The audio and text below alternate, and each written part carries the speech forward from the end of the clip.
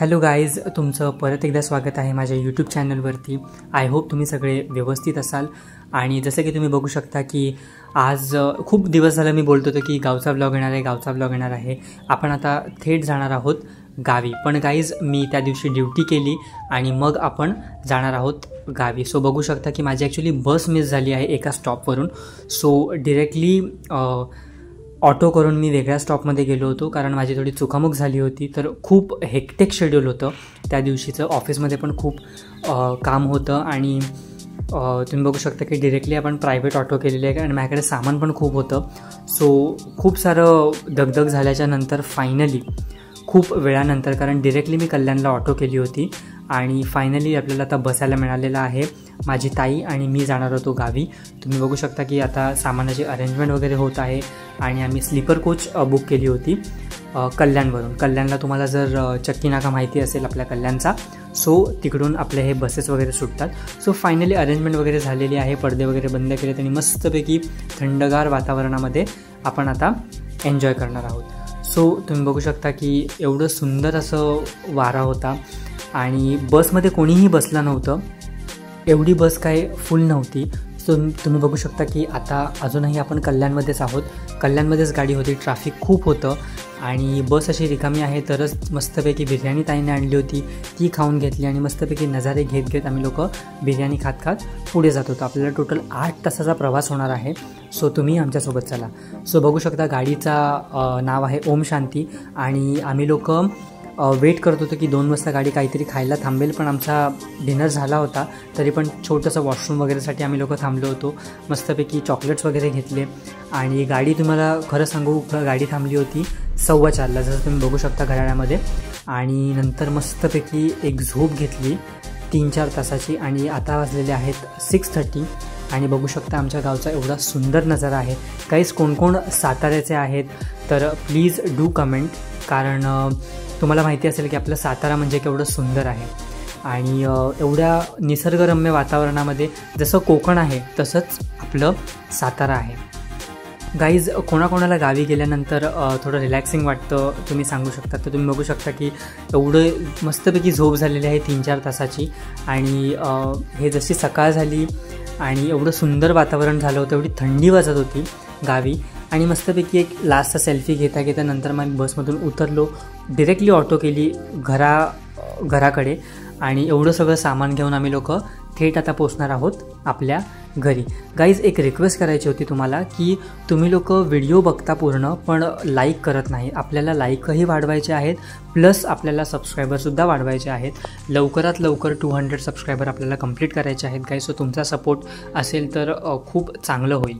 ठीक आहे. सो मस्तपैकी तुम्ही आता एन्जॉय करा. हे आमचं घर आहे. आम्ही लोक आता उतरलेलो आहेत साताऱ्याला. ठीक आहे. सो सगळ्यांनी मस्तपैकी स्वागत केलेलं आहे आणि सगळे लोक थोडे लाजत होते कारण सकाळी सगळे फ्रेश होत होते. आता वाजलेले आहेत करेक्ट 7 वाजता आम्ही लोक पोचलो होतो आणि मग नंतर सगळे पाणी भरत होते. सो मी सुद्धा पाणी भरायला मदत करत होतो सगळ्यांना. माझे वडील होते आणि सगळ्या आत्या वगैरे आणि एवढं सुंदर, कारण खूप महिन्यानंतर आम्ही लोक सगळे एकत्र आलो होतो. आणि बघू शकता की गावी आल्यावरती हेल्प पण करावी लागते ऑफकोर्स, कारण आपलं घर आहे, आपली माणसं आहे, तो हेल्प तर करावीच लागणार आहे. आणि हे आमचे छोटे सरकार 2 दिवस आधीच आले होते. सो ते पण मस्तपैकी एन्जॉय करतायत. सो तुम्ही पण एन्जॉय करा गाईज.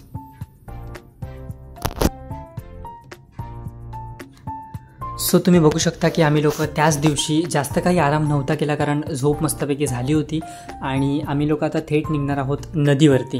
सो खूप लोकांचं डायसी चाललं होतं, कोण येणार कोण नाही येणार. थोडीशी वाट बघितली आम्ही लोकांनी आणि आम्ही लोक डिरेक्टली चालत निघालो नदीकडे. नदी जास्त लांब नव्हती पण हार्डली 1 ते 1.5 किलोमीटर होती. आणि ही बघा, ही आमची ड्रामा क्वीन. व्लॉगिंग चालू नाही झालं की सगळे लोक फुल असे एनर्जेटिक असतात.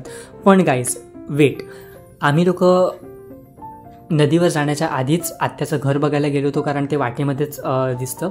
सो घराचं काम एवढं सुंदर झालेलं आहे. घर पण एवढं सुंदर आत्याने बांधले. आत्या once again congratulations to you. आणि तुम्ही बघू शकता की किचन वगैरे एवढा सुंदर असा घर बांधलेला आहे. आणि मस्तपैकी ते चालता नंतर मग आम्ही लोक निघालो. मस्तपैकी सगळ्यांनी सेल्फी वगैरे घेतली आणि जाता सगळ्यांना खूप भूक लागली होती. सो छोटासा नाश्ता वगैरे घेतलेला आहे. हे बघू शकता तुम्ही लोक. खूप महिन्यानंतर पॅप्सी खायला मिळाले आहेत. कोणाकोणाला 1-1 रुपयाची पॅप्सी आवडते प्लीज डू कमेंट.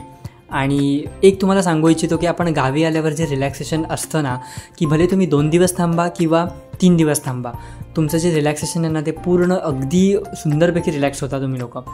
सो बघू शकता हे आमचे कझिन्स वगैरे आहेत आणि खूप मोठा रस्ता वाटत होता.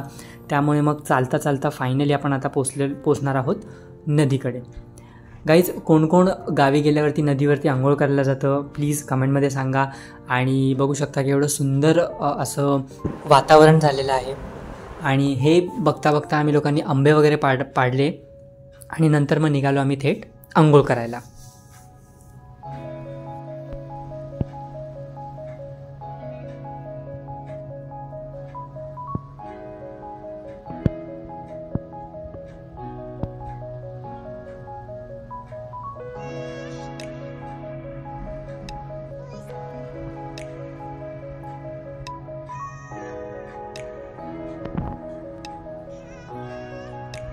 वाव. सो तुम्ही बघू शकता की हा माझा भाचा आहे आणि तो एवढा एन्जॉय करतोय आणि त्याला बघून सगळे एवढे खुश होत होते की विचारू नका. आणि मी ॲक्च्युली ठरवलं होतं की मी जास्त काही एन्जॉय नाही करणार, पण तुम्हाला माहिती आहे की जिथे पाणी असेल किंवा जिथे असं सुंदर वातावरण असेल तिकडे कोणाची मजा करायची सगळ्यांचीच इच्छा होईल.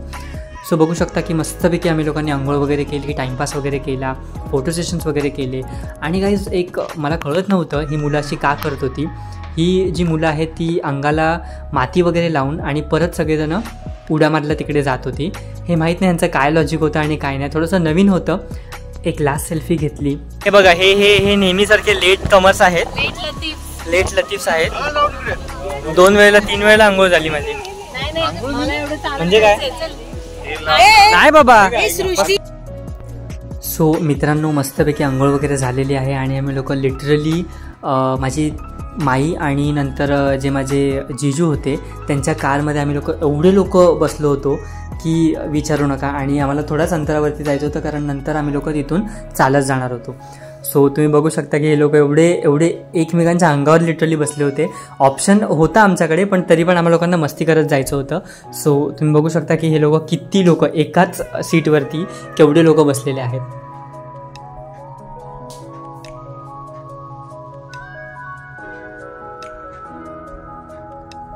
सो फायनली मस्तपैकी उतरून आम्ही लोकांनी वडापाव वगैरे खाल्ला आणि परत आम्ही लोक आलो आमच्या आत्याच्या घरी. आत्याच्या घरी येऊन मस्तपैकी जरा सेटअप करायचा होता कारण दुसऱ्या दिवशी होती पूजा. आणि तुम्ही बघू शकता की काही लोक आराम करत आहेत आणि इथे बाउलची मस्तपैकी अनबॉक्सिंग होत आहे. सो आत्याने एक खूप छान केलं आहे आणि ऑफकोर्स वन्स अगेन तिला कॉंग्रॅच्युलेशन्स. तिने एकूण एक वस्तू सगळी नवीन घेतलेली आहे आणि खूप छान वाटलं. आणि बघू शकता की ही माझी आत्या आहे जिचं घर आहे हे, आणि ती आता अनबॉक्सिंग करत आहे नवीन गॅसचं.